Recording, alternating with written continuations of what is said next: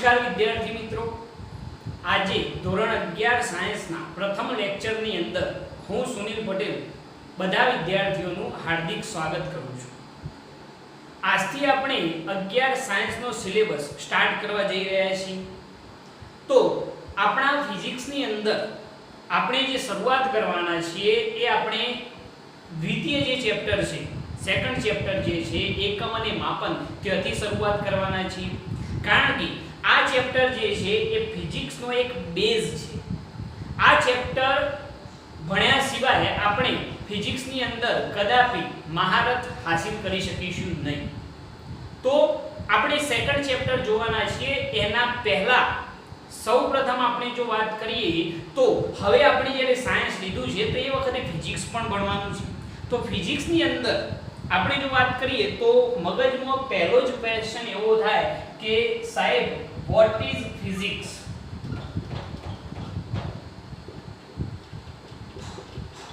પહેલો ક્વેશ્ચન માઇન્ડમાં આ થાય કે વોટ ઇઝ ફિઝિક્સ, ફિઝિક્સ શું છે।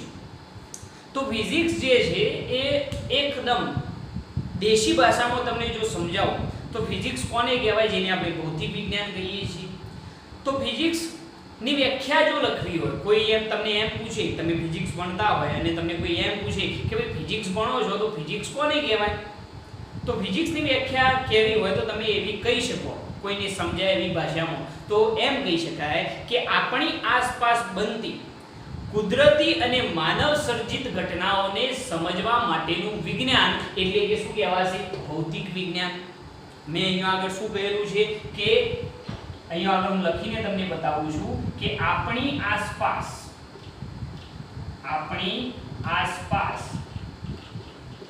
બનતી કુદરતી અને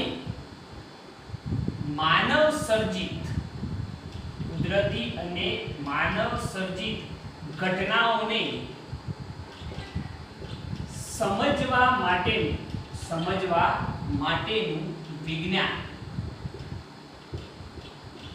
સમજવા માટેનું વિજ્ઞાન એટલે ભૌતિક વિજ્ઞાન।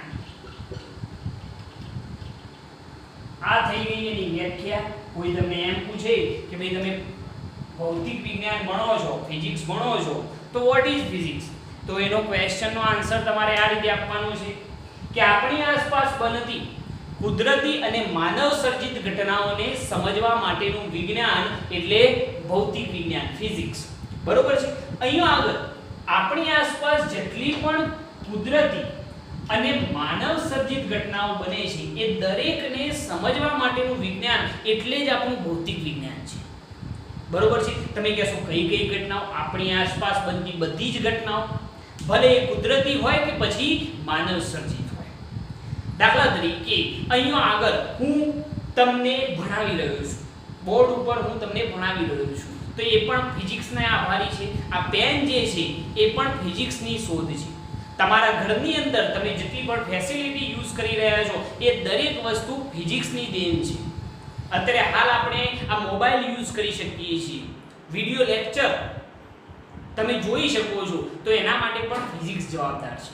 તમારા ઘરની અંદર વપરાતી દરેક વસ્તુ જેવી કે પંખો ફરી રહ્યો છે, બરોબર છે, તો પંખો ફરી રહ્યો છે ને આપણને પવન આપી રહ્યો છે, તો એ પણ કઈ ઘટના, ફિઝિક્સની આધારિત ઘટના છે। ફિઝિક્સ ના હોત તો આપણે આ પંખો બનાવી શક્યા હોત નહીં। બરોબર છે। ઘરની અંદર તમે એર કન્ડિશન યુઝ કરો છો, ઘરઘંટી યુઝ કરો છો, બરોબર છે, એ ફ્રીજ યુઝ કરો છો, આ દરેક જે વસ્તુ છે એ ફિઝિક્સની દેન છે। બરોબર છે। પેનથી લઈ અને અત્યારે હાલ જે આપણે મોટા લડાકુ વિમાનો બનાવી રહ્યા છીએ, મોટા જે એરક્રાફ્ટો બનાવી રહ્યા છીએ, આ દરેક જે વસ્તુ છે એની પાછળ ફિઝિક્સ રહેલું છે। જો ફિઝિક્સ ના હોત તો આપણે હાલ જે ફેસિલિટીઝ યુઝ કરી રહ્યા છીએ એ ફેસિલિટીઝ આપણને મળી શકત નહીં। તો ફિઝિક્સ જે છે એ સર્વોપરી છે। દરેક ઘટનાની અંદર ફિઝિક્સ સમાયેલું છે। બરોબર છે। તમારી આજુબાજુની કોઈ પણ ઘટના હોય, એ કુદરતી ઘટના હોય કે પછી માનવ સર્જિત ઘટના હોય, એ દરેકની અંદર ફિઝિક્સ સમાયેલું છે। આપણે આ જે ઘટનાઓ છે એને જ સમજવાની છે અને એ જ આપણું શું છે ભૌતિક વિજ્ઞાન છે બરોબર છે અને સ્વાભાવિક વસ્તુ છે કે આપણી આસપાસ બનતી ઘટનાઓ જે આપણે જોઈ શકીએ છીએ અનુભવી શકીએ છીએ એને જ સમજવાની છે તો આ તો એક રસપ્રદ ઘટના બનશે કારણ કે આપણી આજુબાજુ બનતી એવી ઘણી બધી ઘટનાઓ છે કે જે આપણે અનુભવીએ છીએ ખરા પરંતુ એના વિશે કંઈ જાણતા નથી તો ફિઝિક્સ આપણને એ જ વસ્તુ સમજાવે છે બરોબર છે જે સ્ટુડન્ટોને આની અંદર રસ પડે છે એ લોકો ઇતિહાસ સર્જે છે આપણા જે સાયન્ટિસ્ટો છે એ લોકોને જ્યારે ફિઝિક્સની અંદર આ બધી ઘટનાઓમાં આના વિશે વધુ જાણવામાં જ્યારે ઉત્સુકતા પેદા થઈ ત્યારે જ એ લોકો સાયન્ટિસ્ટ બનેલા છે તમારામાંથી પણ ભવિષ્યની અંદર ઘણા બધા લોકો પીએચડી કરી અથવા તો એમએસસી થઈ અને કોઈ લેબની અંદર ઈસરો અથવા તો પછી કોઈ પણ લેબની અંદર કામ કરી શકે છે બાબા રિસર્ચ સેન્ટરની અંદર કામ કરી શકે છે તો એ બધા ફિઝિક્સની અંદર સંશોધનો માટે છે અને આ લોકો કોણ હોઈ શકે તો જેને ફિઝિક્સની અંદર રસ પડે છે આપણી રસ તો દરેકને પડે સાહેબ આપણી આસપાસ બનતી દરેકે દરેક ઘટનાને સમજવામાં દરેકને રસ પડે છે બરોબર છે તો ટૂંકમાં કહેવું હોય તો ફિઝિક્સ જે છે એ આપણી આજુબાજુની જે કુદરતી અને માનવ સર્જિત ઘટનાઓ છે એને જ સમજવા માટેનું વિજ્ઞાન છે બરોબર છે તો વોટ ઇઝ ફિઝિક્સ એ ખ્યાલ આવી ગયો હશે તમને ઓકે તો આજે આપણે ઝડપથી બને એટલું કારણ કે લોકડાઉનના લીધે ઘણો બધો સમય આપણો બગડી ગયો છે એટલે આપણે બને એટલું ઝડપી સિલેબસ તરફ જવા પ્રયત્ન કરીશું તો સૌપ્રથમ જો આપણે વાત કરીએ તો આપણે 11 સાયન્સની અંદર આપણા ફિઝિક્સની અંદર તમારે જો વ્યાખ્યા લખવી હોય તો તમે લખી શકો છો સ્ક્રીનશોટ લઈ લો અથવા તો વિડિયોને પુશ કરી અથવા તો સ્ટોપ કરી અને આ વ્યાખ્યા લખી શકો છો હવે આપણે બને એટલું ઝડપથી આપણા સિલેબસ તરફ પ્રયાણ કરીશું કારણ કે આપણે લોકડાઉનના લીધે ઘણો બધો સમય ગુમાવેલો છે હવે એક સેકન્ડ પણ આપણે ગુમાવવા માંગતા નથી બને એટલું મેક્સિમમ કન્ટેન્ટ પ્રોવાઈડ કરવા માંગીએ છીએ તો સૌપ્રથમ 11 સાયન્સની અંદર આપણે એક મહત્વના ચેપ્ટરની વાત કરવાના છીએ જે છે ચેપ્ટર નંબર 2 એકમ અને માપન બરોબર છે સૌથી અગત્યનું ચેપ્ટર છે કારણ કે આના સિવાય આ ભણ્યા સિવાય તમે ફિઝિક્સની અંદર આખું 11 બાર પૂરું કરી શકશો નહીં કારણ કે આ ચેપ્ટર તમે ભણશો તો આની અંદરની જે બેઝિક વાતો છે એ આખા સાયન્સની અંદર 11 બાર સાયન્સની અંદર તમારી મદદ કરશે અને બહુ સિમ્પલ વાતો છે સાથે સાથે સૌથી બેનિફિશિયલ જો બાબત હોય તો આ ચેપ્ટરની અંદરથી જેડબલઈ નીટની અંદર પણ ખૂબ જ કન્ટેન્ટ પૂછાયેલું છે ભૂતકાળની અંદર પણ અને વર્તમાનની અંદર પણ પૂછાવાની પૂરેપૂરી શક્યતા રહેલી છે તો જેડબલઈ નીટ માટે પણ આ કન્ટેન્ટ આટલું જ મહત્વનું છે આની અંદરથી બહુ ઈઝી ક્વેશ્ચનો પૂછાતા હોય છે જેવા કે પારિમાણિક સૂત્રો હોય બરોબર જે આપણે ભણવાના છીએ ધીરે ધીરે એના સિવાય જે નાની નાની ઘટનાઓ છે એ પણ અહીંયા આગળ પૂછાયેલી છે અને બહુ સિમ્પલ ક્વેશ્ચન હોય છે જો તમે આ ચેપ્ટરને વ્યવસ્થિત બેઝિક થી સમજ્યા હોય તો તમે આ ક્વેશ્ચનોને ઈઝીલી આન્સર કરી શકશો બરોબર છે તો આજે આપણે આપણા ચેપ્ટરની શરૂઆત કરીએ તો ચેપ્ટર નંબર 2 માપન અને એકમ અથવા તો એકમ અને માપન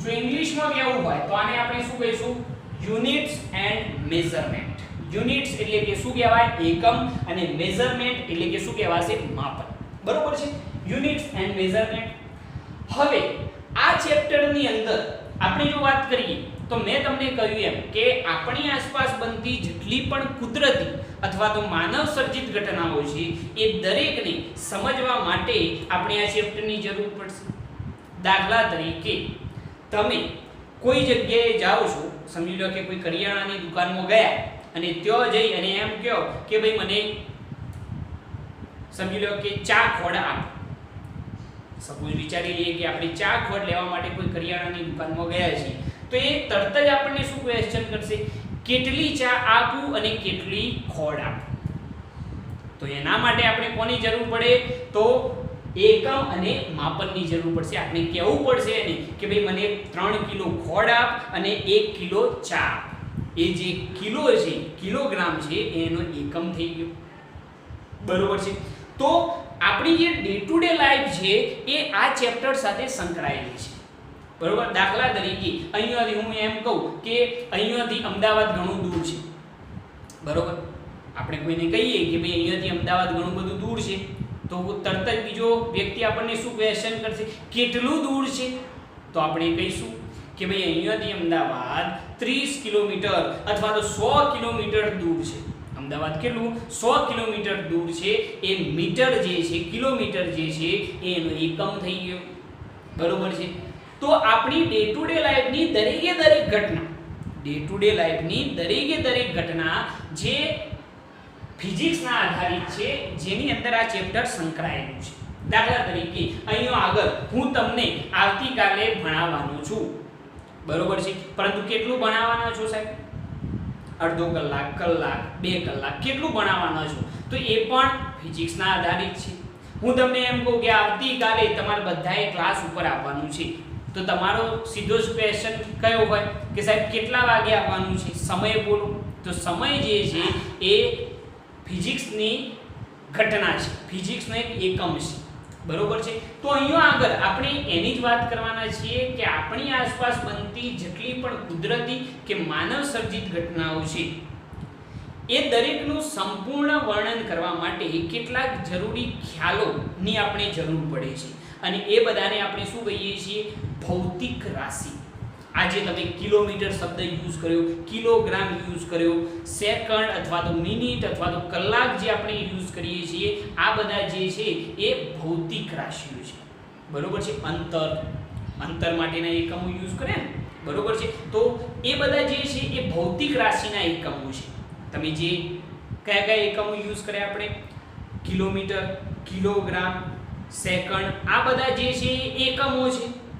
પરંતુ જેને રજૂ કરવા માટે આપણે એનો યુઝ કર્યો છે એ બધી ભૌતિક રાશિઓ છે. અંતરને દર્શાવવા માટે આપણે કિલોમીટર યુઝ કરે, દરને દર્શાવવું હોય તો કિલોગ્રામ, દરને દર્શાવવું હોય તો કિલોગ્રામનો યુઝ કરીએ છીએ.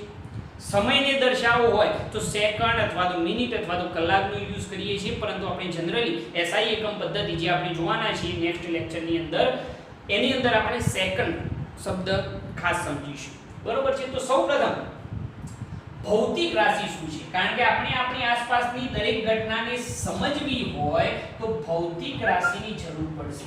તો પહેલો ક્વેશ્ચન આપણે એવો લખીએ કે ભૌતિક રાશિ એટલે શું? ભૌતિક રાશિ એટલે શું? તેના પ્રકાર જણાવો. આવો ક્વેશ્ચન સપોઝ આપણે પૂછ્યું છે, તમે 2 માર્ક્સની અંદર પૂછવું હોય તો પૂછી શકાય.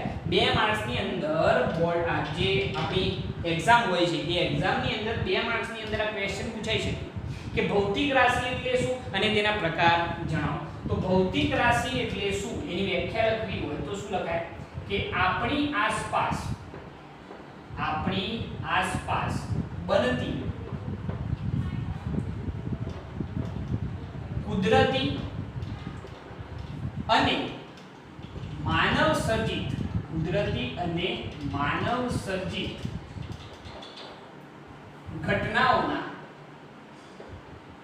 ઘટનાઓના સંપૂર્ણ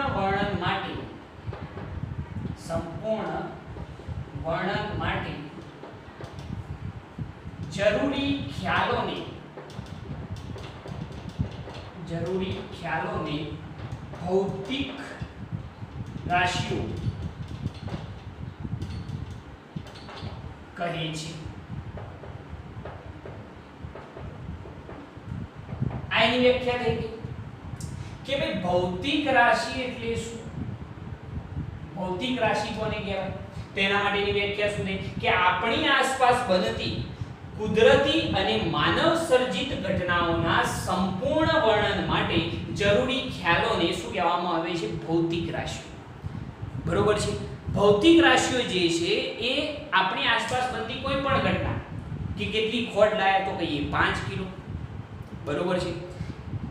5 કિલોગ્રામ હું ખોળ લાવ્યો છું, એ એનું દર છે, બરોબર. કોઈ પણ ઘટનાને જો વર્ણવી હોય, એનું સંપૂર્ણ વર્ણન કરવું હોય, ડિટેલમાં વર્ણન કરવું હોય, તો એના માટેના જે જરૂરી ખ્યાલો છે એ ખ્યાલોને શું કહેવામાં આવે છે? ભૌતિક રાશિઓ. વ્યાખ્યા યાદ રાખવાની છે તમારે, યાદ નથી રાખવાની, સમજવાની છે કે ભૌતિક રાશિ શું છે. તો આપણે ઈઝીલી કહી શકીએ કે સાહેબ આપણી આસપાસ બનતી દરેકે દરેક કુદરતી અને માનવ સર્જિત ઘટનાઓના સંપૂર્ણ વર્ણન માટેના જરૂરી ખ્યાલોને શું કહેવામાં આવે છે? ભૌતિક રાશિઓ કહે છે, બરોબર છે. હવે ભૌતિક રાશિઓના પ્રકાર કેટલા? તો એના મુખ્ય 2 પ્રકાર છે. પહેલી આવે છે મૂળભૂત ભૌતિક રાશિ.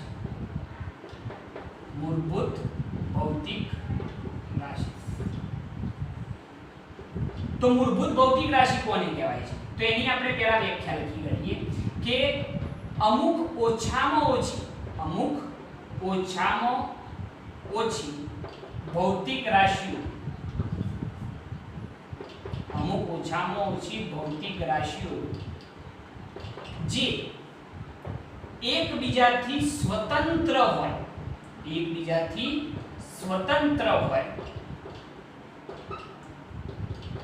રાશિઓને મૂળભૂત ભૌતિક રાશિઓ કહે છે. આની વ્યાખ્યા થઈ ગઈ કે મૂળભૂત ભૌતિક રાશિઓ કોને કહેવામાં આવે છે? તો એના માટેની વ્યાખ્યા શું છે કે અમુક ઓછામાં ઓછી ભૌતિક રાશિઓ જે એકબીજાથી કેવી હોય? સ્વતંત્ર હોય, તેવી રાશિઓને મૂળભૂત ભૌતિક રાશિઓ કહે છે. એ કઈ છે? ઉદાહરણ લખવા હોય તો એ કઈ છે? તો પહેલું આવશે લંબાઈ, બીજું આવશે દ્રવ્યમાન અને ત્રીજી આવશે સમય. આ 3 ભૌતિક રાશિઓ. લંબાઈ તમે એને અંતર પણ કહી શકો છો.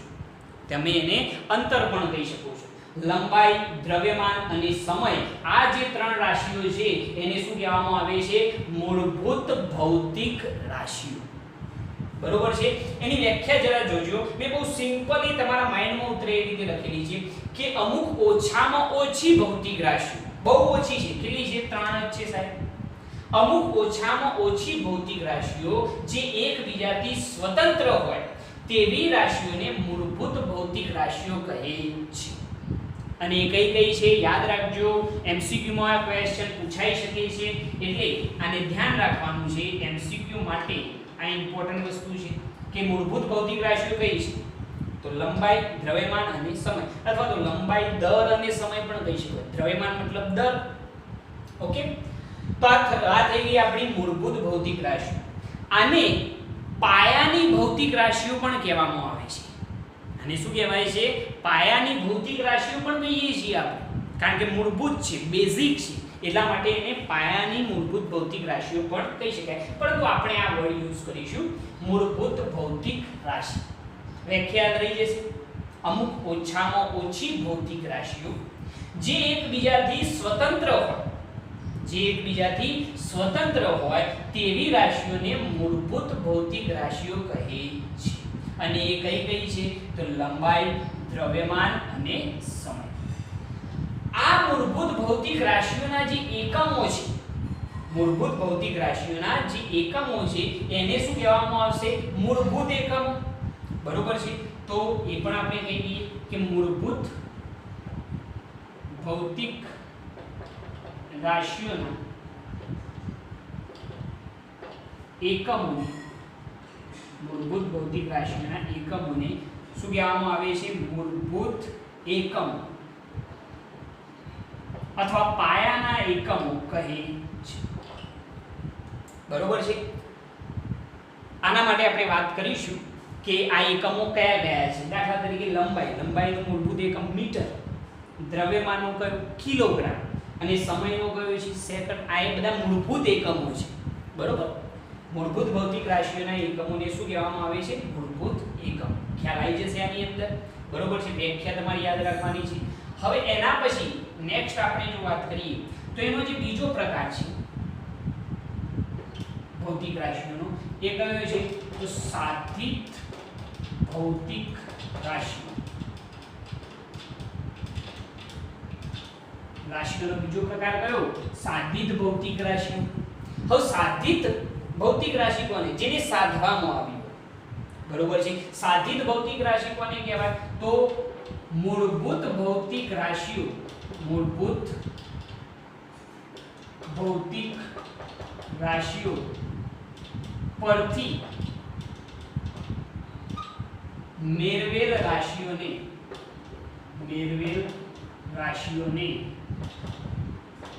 સાધિત ભૌતિક રાશિઓ કહે છે. બહુ સમજવા જેવી વસ્તુ આ કે સાધિત ભૌતિક રાશિ કોને કહેવાય તો મૂળભૂત ભૌતિક રાશિઓ પરથી મેળવેલ રાશિઓને શું કહેવામાં આવશે સાધિત ભૌતિક રાશિઓ બરોબર છે.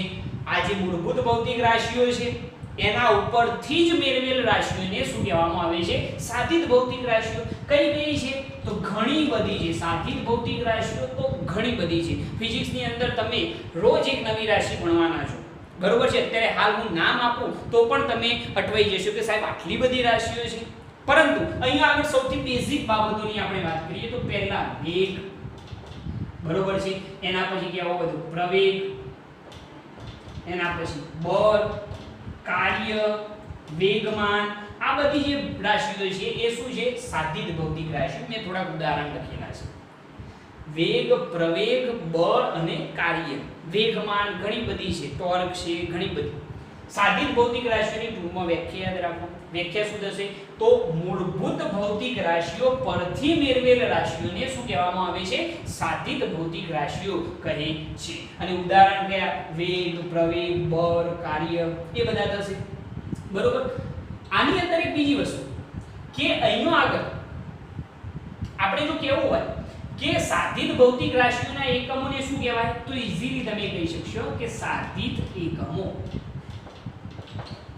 સાધિત ભૌતિક રાશિઓના એકમોને કહેવા તો શું કહેવાય સાધિત એકમો કહેવામાં આવશે બરોબર. તો આ બે થઈ ગયા એના મુખ્ય પ્રકાર. અહીંયા આગળ આપણે એક સરસ ક્વેશ્ચન બનાવેલો છે કે ભૌતિક રાશિ એટલે શું. તો એની વ્યાખ્યા શું લખીએ આપણે કે સાહેબ આપણી આસપાસ બનતી કુદરતી અને માનવ સર્જિત ઘટનાઓને સમજવા સંપૂર્ણ વર્ણન માટે જરૂરી ખ્યાલોને શું કહેવામાં આવે છે ભૌતિક રાશિ. ફરીથી એક વખત કે આપણી આસપાસ બનતી કુદરતી અને માનવ સર્જિત ઘટનાઓના સંપૂર્ણ વર્ણન માટે જરૂરી ખ્યાલોને ભૌતિક રાશિઓ કહે છે. એના મુખ્ય પ્રકાર કયા તો બે પ્રકાર, મૂળભૂત ભૌતિક રાશિ અને બીજી કઈ સાધિત ભૌતિક રાશિ. મૂળભૂત ભૌતિક રાશિ કોને કહેવાય તો અમુક ઓછામાં ઓછી ભૌતિક રાશિઓ, અમુક ઓછામાં ઓછી ભૌતિક રાશિઓ જે એકબીજાથી કેવી હોય સ્વતંત્ર હોય, એને બીજી સાથે કોઈ લેવા દેવા હોય નહીં, એ એકલો જ હોય. અમુક ઓછામાં ઓછી ભૌતિક રાશિઓ જે એકબીજાથી સ્વતંત્ર હોય તેવી રાશિઓને શું કહેવામાં આવશે મૂળભૂત ભૌતિક રાશિઓ. અને એ કઈ કઈ છે નામ યાદ રાખજો તો લંબાઈ, દ્રવ્યમાન અને શું આવશે સમય બરોબર છે. મૂળભૂત ભૌતિક રાશિઓના એકમોને શું કહેવાય મૂળભૂત એકમ. સાધિત ભૌતિક રાશિ તો એની વ્યાખ્યા શું છે તો મૂળભૂત ભૌતિક રાશિ પરથી મેળવેલ રાશિઓને, મૂળભૂત ભૌતિક રાશિઓ પરથી મેળવેલ રાશિઓને શું કહેવામાં આવે છે સાધિત ભૌતિક રાશિઓ. અને એ તો ઘણી બધી છે, મેં અહીંયા આગળ થોડીક લખેલી છે. વેગ, પ્રવેગ, બળ, કાર્ય આ બધી છે. તમે ધ્યાનથી જો, હું તમને થોડું બેઝિક થી સમજાવું તો હું તમને એમ કહી શકું ચલો વેગ કદાચ તમે જો 9મા ધોરણમાં આ વસ્તુ આવી ચૂકેલી છે, 10મામાં પણ તમે ભણેલા છો. વેગ બરાબર શું થાય તમે કહેશો સાહેબ અંતર ભાગ્યા સમય. ધ્યાનથી ચેક કરજો આ કઈ બે રાશિઓ ભેગી થઈને આ સાધિત રાશિ બનેલી છે અંતર અને સમય. અંતર એટલે કે લંબાઈનો જ એક પ્રકાર છે અને બીજો શું છે સમય. એ બંનેને ભેગી કરીને જ વેગ બનેલો છે તો એ સાધિત ભૌતિક રાશિઓ છે બરોબર. એના સિવાય પ્રવેગની વાત કરીએ તો શું થાય અંતર ભાગ્યા સમયનો શું થાય સ્ક્વેર. તો અંતર ભાગ્યા સમયનો વર્ગ શું થયું અંતર એટલે કે લંબાઈ અને સમયનો સ્ક્વેર થઈ ગયો બરોબર. બળ પણ એ રીતે સમજી શકાય, કાર્ય પણ સમજી શકાય, એ હું તમને ડિટેલમાં પછી સમજાવીશ જ્યારે આપણે રાશિઓની વાત કરીશું ત્યારે. પરંતુ ટૂંકમાં આ મૂળભૂત ભૌતિક રાશિઓનો ઉપયોગ કરીને જ સાધિત ભૌતિક રાશિઓ મેળવવામાં આવતી હોય છે. ખ્યાલ આવે છે આની અંદર? ઓકે. બીજી એક વસ્તુ મારે તમને અહીંયા એ ડિસ્કસ કરવી છે કે અહીંયા આગળ આ જે લંબાઈ જે મૂળભૂત ભૌતિક રાશિ છે, ઘણી વખત મારા જે સ્ટુડન્ટો છે એ કન્ફ્યુઝ એમાં થઈ જાય કે સાહેબ લંબાઈ તમે અંતરને પણ લંબાઈ ગણો છો? મનમાં એવો પ્રશ્ન થાય. પણ તમને કહી દઉં કે આના ઉપનામ ઘણા બધા છે. લંબાઈ તમે એમ કહેવામાં આવે લંબાઈ, અંતર, બરોબર છે, સ્થાનાંતર, સમજો બરોબર, લંબાઈ, અંતર, સ્થાનાંતર, ઊંચાઈ, ઊંડાઈ, બરોબર, આ બધાના મીનિંગ એક જ છે. સમજો મારી વાતને કે અંતર, લંબાઈ, સ્થાનાંતર, પથ લંબાઈ, બરોબર છે, આ બધાનો મતલબ તો એક જ છે. અને એ કયો રહેશે? તો લંબાઈ. એના માટે હું તમને સમજાવીશ જ્યારે આપણે સંજ્ઞા પદ્ધતિ સમજીશું, એના પારિમાણિક સૂત્રોની આપણે વાત કરીશું, તો એ વખતે હું તમને એક્ઝેક્ટ એના ઉપનામ કયા કયા કહેવાય એ પણ હું તમને સમજાવી દઈશ. બરોબર છે? આ વસ્તુ તમારે એક્ઝેક્ટ સમજવાની છે. એના પછી એક બીજી વાત કહી દઈએ કે એકમ એટલે શું. અહીંયા આગળ એક નાનકડો ક્વેશ્ચન કે એકમ એટલે શું? આ એક સમજવા માટેની વાત છે. એકમોના પ્રકાર તમે જોયા. મૂળભૂત ભૌતિક રાશિઓના એકમો કયા? મૂળભૂત એકમો. સાદિત ભૌતિક રાશિઓના એકમો કયા? સાદિત એકમો. એ આપણે જોવાના છીએ. એના એકમો, એના પારિમાણિક સૂત્રો, દરેક વસ્તુ ડિટેલમાં જોવાના છીએ આ ચેપ્ટરની અંદર. પરંતુ હાલ બેઝિક બાબતો. એકમ એટલે શું? તો ભૌતિક રાશિના પ્રમાણિત માપને એકમ કહે છે. સિમ્પલ વ્યાખ્યા લખી કાઢીએ આપણે કે એકમ કોને કહેવાય? તો આ જે ભૌતિક રાશિઓ છે, ભૌતિક રાશિ પછી મૂળભૂત ભૌતિક રાશિ હોય, પછી સાદિત ભૌતિક રાશિ હોય, એ ભૌતિક રાશિના પ્રમાણિત માપને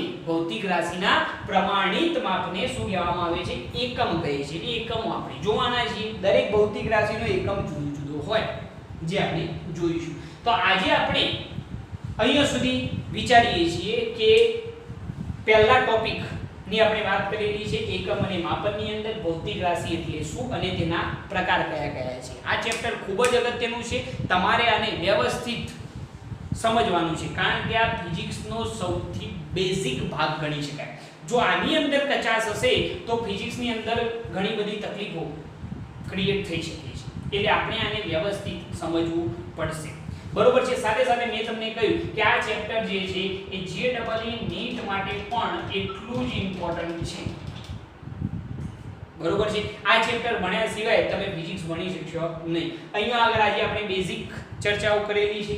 ભૌતિક રાશિ એટલે શું અને એના પ્રકાર કયા કયા છે, જે મેં તમને અહીંયા આગળ સમજાયેલા છે. બરોબર? બીજી વસ્તુ કે જે વિદ્યાર્થીઓ મારી સાથે જોડાયેલા હોય એ વિદ્યાર્થીઓને ખાસ જણાવવાનું કે જે પણ કન્ટેન્ટ આપણે અહીંયા આગળ ચલાવ્યું વિડિયો લેક્ચરની અંદર, એ દરેકે દરેક જે કન્ટેન્ટ છે એ તમારી એક ફિઝિક્સની અલગ નોટબુક બનાવી અને એની અંદર તમારે લખવાનું રહેશે.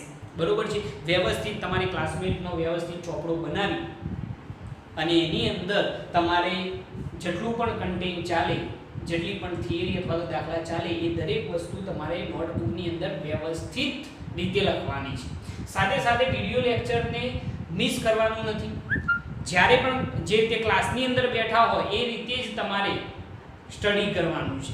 સહેજ પણ તમારે એની અંદર એવું નથી વિચારવાનું કે સોફામાં બેઠા બેઠા ઊંઘે ભણીએ એ રીતનું વિચારવાનું નહીં. ક્લાસમાં બેઠા છીએ એ રીતે જ તમારે સ્ટડી કરવાનું છે.